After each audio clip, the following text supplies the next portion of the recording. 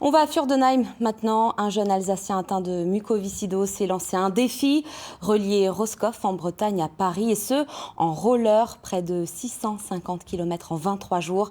L'objectif, lever des fonds pour combattre cette maladie. Louis Belin et Philippe de Sante. Contre la mucoviscidose, il a choisi le roller.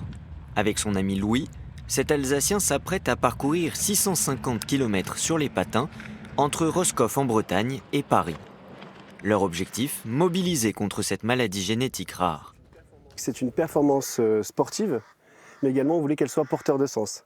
Donc tout au long du parcours, on va aller à la rencontre de collectivités, de mairies, de personnel soignant, du personnel du monde associatif pour démocratiser la parole sur la mucoviscidose, parler du handicap invisible dans la société et également de parler de la place du patient dans le système de santé, la relation soignant-soigné. 10 km le matin, 10 km le soir. Adrien Ruffier muscle ses jambes, mais il travaille surtout son souffle. Avec un poumon droit qui ne fonctionne plus, sa capacité respiratoire est fortement réduite. Dans la mucoviscidose, le souffle, c'est vraiment le bien le plus précieux.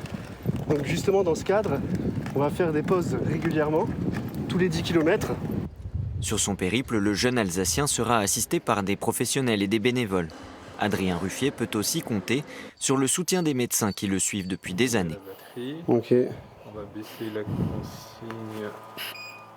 À Strasbourg, le nouvel hôpital civil met à sa disposition un concentrateur d'oxygène portable. Ce dispositif compense la perte de capacité respiratoire générée par l'effort sportif.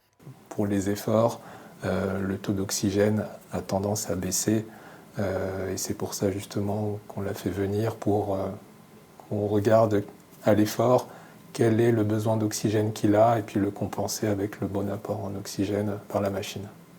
Pour guérir définitivement de la maladie, aucun traitement n'existe encore.